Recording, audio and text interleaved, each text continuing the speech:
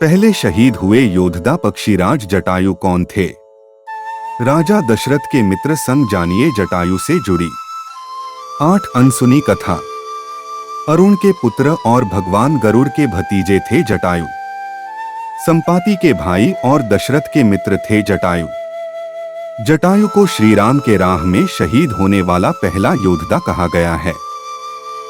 अयोध्या में राम मंदिर में रामलला की प्राण प्रतिष्ठा से पहले जनपद की सीमा में गिद्धों का झुंड दिखाई दिया है। स्थानीय लोग इसे गिद्धराज जटायु से जोड़कर देख रहे हैं। वे इसे शुभ संकेत भी मान रहे हैं। गांव वालों का कहना है कि पिछले 20 वर्षों से हम लोगों ने इलाके में गिद्ध नहीं देखे। आइए जानते हैं जटायु की ऐसी कहानी जो आपने नहीं सुनी होगी। राम के काल में संपाति और जटायु नाम के 2 गरुड़ थे। ये दोनों ही देव पक्षी अरुण के पुत्र थे। दरअसल प्रजापति कश्यप की पत्नी विंता के 2 पुत्र हुए, गरुड़ और अरुण। गरुड़ जी विष्णु की शरण में चले गए और अरुण जी सूर्य के सारथी हुए। संपाति और जटायु इन्हीं अरुण के पुत्र थे। कहाँ रहते थे जटायु? पुराणों के अनुसार संपाति और जटायु 2 गरुड़ बंधु थे। संपाति बड़ा था और जटायु छोटा।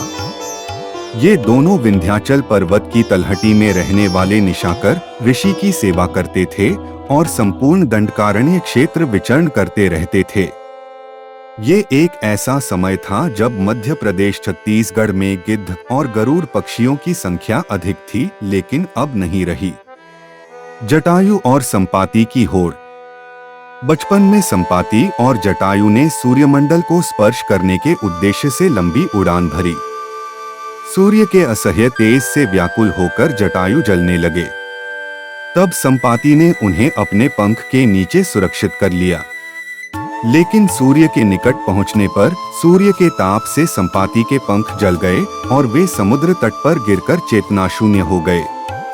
चंद्रमा नामक मुनि ने उन पर दया करके उनका उपचार किया और त्रेता में सीता जी की खोज करने वाले वानरों के दर्शन से उनके पंख जमने का आशीर्वाद दिया। राजा दशरथ के मित्र थे जटायु। जब जटायु नासिक के पंचवटी में रहते थे, तब एक दिन आखेट के समय महाराज दशरथ से उनकी मुलाकात हुई और तभी से वे और दशरथ मित्र बन गए। वनवास के समय जब भगवान श्री राम पंचवटी में पर्णकुटी बनाकर रहने लगे, तब पहली बार जटायु से उनका परिचय हुआ। जटायु का बलिदान। रावण जब सीताजी का हरण कर आकाश में उड़ गया, तब सीताजी का विलाप सुनकर जटायु ने रावण को रोकने का प्रयास किया, लेकिन अंत में रावण ने तलवार से उनके पंख काट डाले।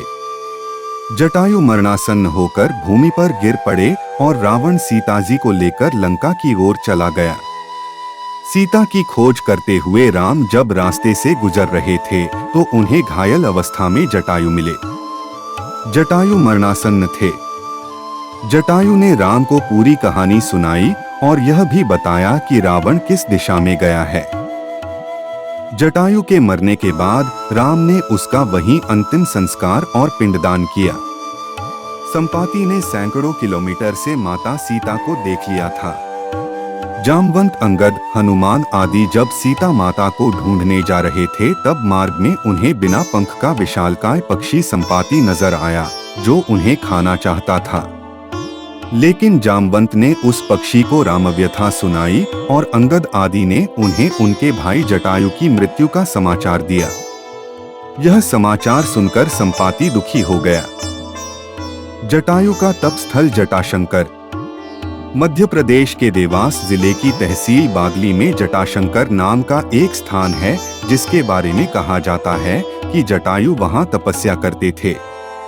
कुछ लोगों के अनुसार यह ऋषियों की तपोभूमि भी है और सब में बड़ी खासियत की यहाँ स्थित पहाड़ के ऊपर से शिवलिंग पर अनवरत जलधारा बहती हुई नीचे तक जाती है, जिसे देखकर लगता है कि शिव की जटाओं से धारा बह रही है।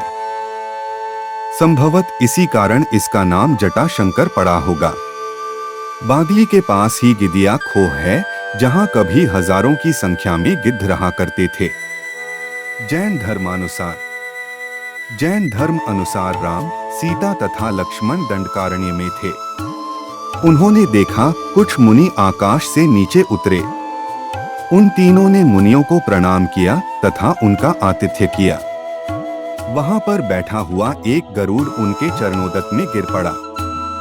साधुओं ने बताया कि पूर्व काल में दंडक नामक एक राजा था। किसी मुनि के संसर्ग से उसके मन में सन्यासी भाव उदित हुआ।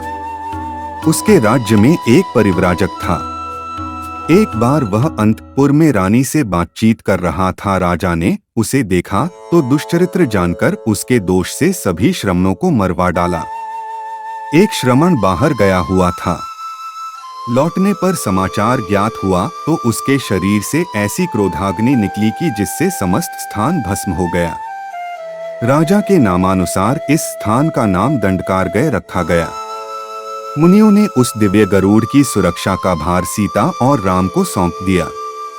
उसके पूर्व जन्म के विषय में बताकर उसे धर्मोपदेश भी दिया। रत्नाभ जटाएं हो जाने के कारण वह जटायु नाम से विख्यात हुआ।